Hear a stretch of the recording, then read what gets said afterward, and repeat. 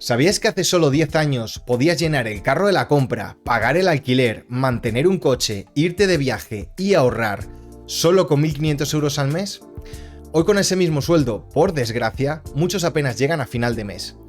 Y hablando de coches, en este vídeo te voy a contar cuál es uno de los más vendidos de Europa por ser el más económico. Que por cierto, lo tiene mi padre. ¿Qué ha pasado con nuestro poder adquisitivo? ¿Estamos ante el fin de la clase media? ¿Cómo hemos llegado hasta aquí? Tómate un descanso de tu rutina y quédate conmigo hasta el final para saber qué es esto de la inflación y cómo nos afecta. ¡Empezamos!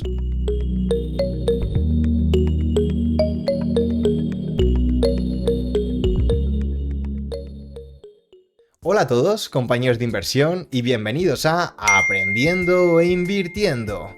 La gran pregunta es, ¿por qué antes con 1.500 euros vivías bien y ahora apenas llegas a final de mes? Para entenderlo, tenemos que viajar atrás en el tiempo, hasta 1971. Ese año, el presidente de Estados Unidos, Richard Nixon, tomó una decisión que cambió la economía mundial para siempre, rompiendo el vínculo entre el dólar y el oro. Hasta entonces, el dólar seguía el patrón oro, y con él, cada dólar emitido por Estados Unidos estaba respaldado por una cantidad fija de oro, 35 dólares por onza. Eso limitaba cuánto dinero podía imprimirse y de esta manera se controlaba la inflación, ya que el activo real y finito del oro era el que sostenía el valor del dólar. De hecho, los países podían cambiar sus dólares por oro en la Reserva Federal de Estados Unidos. Pero Nixon, ante un déficit comercial creciente, unos gastos descontrolados por la guerra de Vietnam y los programas sociales, y la pérdida de las reservas de oro por la demanda de otros países, abandonó el sistema de Bretton Woods y convirtió el dólar en una moneda fiduciaria. ¿Y qué significa esto?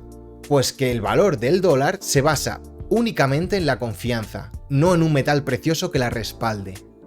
Naturalmente, el paso del dólar a moneda fiduciaria trajo consecuencias, ya que los tipos de cambio pasaban de ser fijos a ser flotantes. Se abrió la puerta a imprimir dinero sin límite en los bancos centrales, y aumentó la volatilidad financiera y la especulación en los mercados de divisas. Y este cóctel es lo que a largo plazo ha alimentado la inflación global. Te lo voy a explicar con un ejemplo muy sencillo. Imagina que tenemos 10 manzanas y 10 euros. Cada manzana vale 1 euro. Pero si de repente hay 20 euros y sigue habiendo 10 manzanas, obviamente cada manzana valdrá 2 euros. Eso es lo que es la inflación. Más dinero para cubrir los mismos bienes. Y cuanto más dinero se imprima, más cantidad se necesitará para cubrir esos mismos bienes. Este fenómeno no ocurrió de golpe, pero desde los años 70 la inflación se ha convertido en una constante en nuestras vidas, que aunque a veces se disimula, sus efectos erosionan poco a poco nuestro poder adquisitivo. De hecho, el Banco Central Europeo ya solo se compromete a controlar la inflación en torno a un 2% anual. Ya nunca busca el cero, es que no se esconden.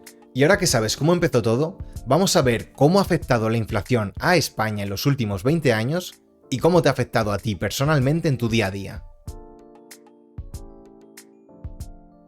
En España, desde 2005 hasta 2025, el índice de precios al consumo, también conocido como IPC, ha subido más de un 40% acumulado.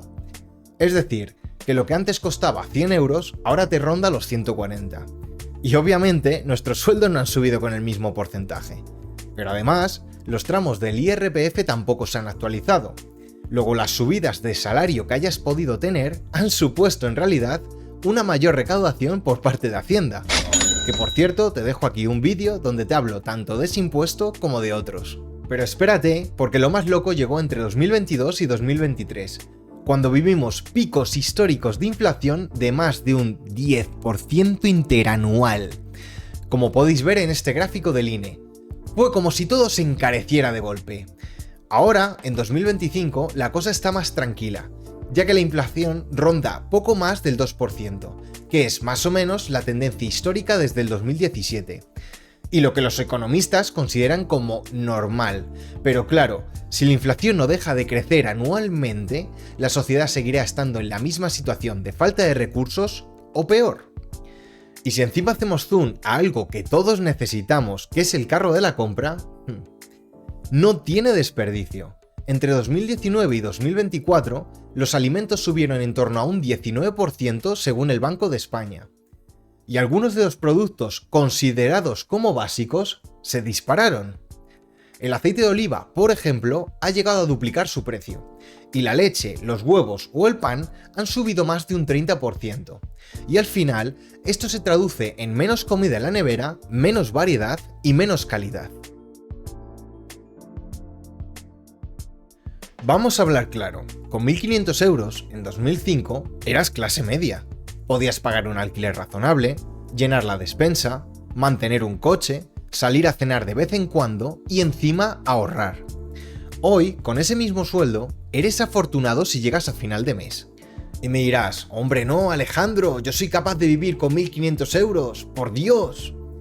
Y yo te diré, bueno, depende, porque quizás seas capaz de vivir con esa cantidad en un pueblo o en una ciudad no muy grande, donde el coste de vida, por falta de tanta demanda, es mucho menor.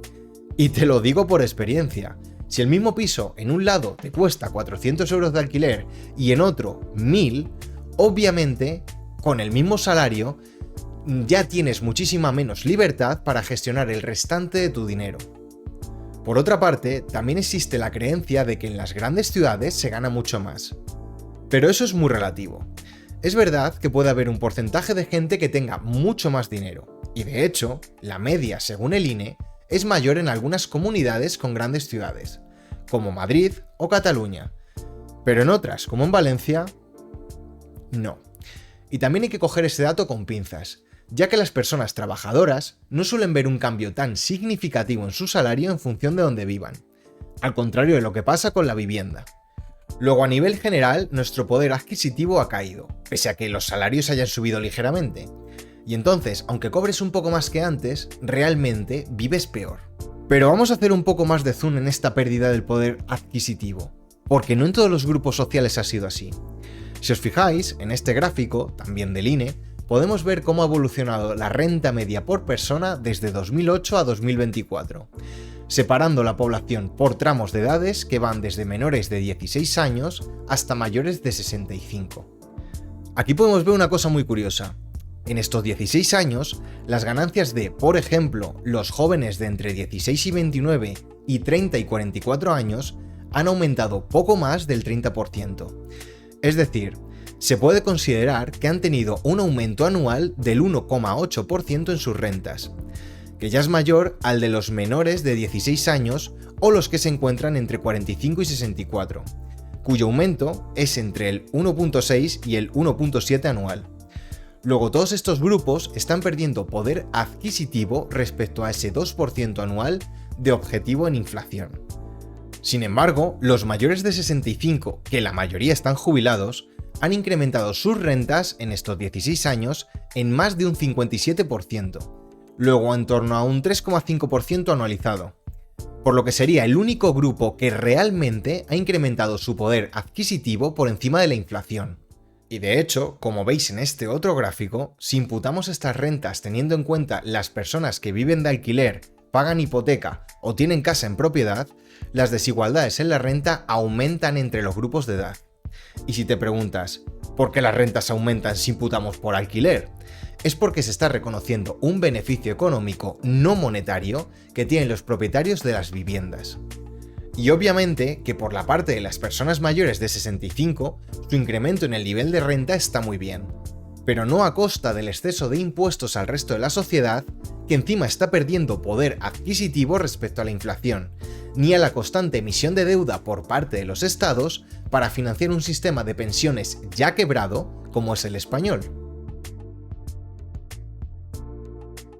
Ahora nos vamos a focalizar en qué se considera clase media según la OCDE. Este organismo nos dice que las personas que ganan entre el 75 y el 200% del ingreso medio de un país entrarían dentro de esta clasificación. En el caso de España, esto estaría entre 1.300 y 3.500 al mes. Pero la realidad es que muchas personas dentro de este rango ya no se sienten clase media, ya que ni pueden ahorrar, ni pueden adquirir vivienda, ni pueden tener hijos sin miedo al futuro. Pero, sobre todo, si nos focalizamos en todos los grupos de edad por debajo de 65 años, y en particular en la gente joven, como se muestra en este gráfico de diciembre de 2024 de CaixaBank, donde vemos claramente 3 categorías sociales según los grupos de edad.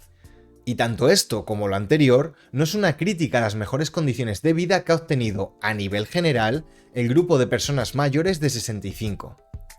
Es una crítica al sistema que hay montado en España, donde no se incentiva ni la entrada ni la permanencia en el mercado laboral de la gente joven, manteniendo sueldos muy bajos para gente muy bien preparada y perpetuando su temporalidad. Lo cual se agrava cuando lo hace la propia administración pública, mientras manda más recursos a puestos fijos, pese a que los cubra gente poco productiva. Y con esto no quiero decir que toda la gente de la administración sea ineficiente, para nada, pero sí que hay un porcentaje notable de personal que no cumple su labor y al cual no se penaliza. Por no hablar de que lo que más se premia es saber aprobar un examen y no trabajar o producir eficientemente, manteniendo continuamente en una situación límite a muchas personas, mientras por otra parte se despilfarra dinero en ideas poco lógicas. Y para terminar, y volviendo al tema principal, en mi opinión, una persona que gane 1.500 euros puede considerarse clase media o no, dependiendo principalmente de su lugar de residencia, tanto por la diferencia en los precios de la vivienda, como por el coste de vida en general. Este ejemplo no podía faltar. El coche más vendido de Europa, el Dacia Sandero. Además, es un coche al que tengo especial cariño porque mi padre tiene uno desde hace años. Este vehículo, en 2013-2014, costaba unos 7.900 euros, el modelo base, como veis en este anuncio. Ahora, en 2025, su precio ronda los 14.000. Y sí que es verdad que ha mejorado en una serie de prestaciones, pero no justifican un incremento de más del 77% en estos 12 años, que es un 7% anualizado. Y supuestamente es un coche para la clase media, que encima no deja de venderse. Luego, lo que quiero decir con esto es que los bienes que había más económicos son los que más han subido, ahogando aún más a esa clase media que ya se encuentra contra las cuerdas. La inflación ha cambiado nuestra forma de vivir. El salario medio ya no garantiza una estabilidad. Y si no se reajusta los impuestos y las políticas sociales, la situación solo va a empeorar. Luego, el aumento de nuestro conocimiento financiero e invertir nuestros recursos no debería ser una opción, sino una obligación. Hasta aquí el vídeo de hoy. Puedes dejarme en los comentarios si tú también estás notando los efectos de la inflación. Y si quieres aprender más sobre conocimiento financiero, no te olvides de darle like y suscribirte para más datos sobre inversión. Nos vemos en el siguiente vídeo. ¡Chao!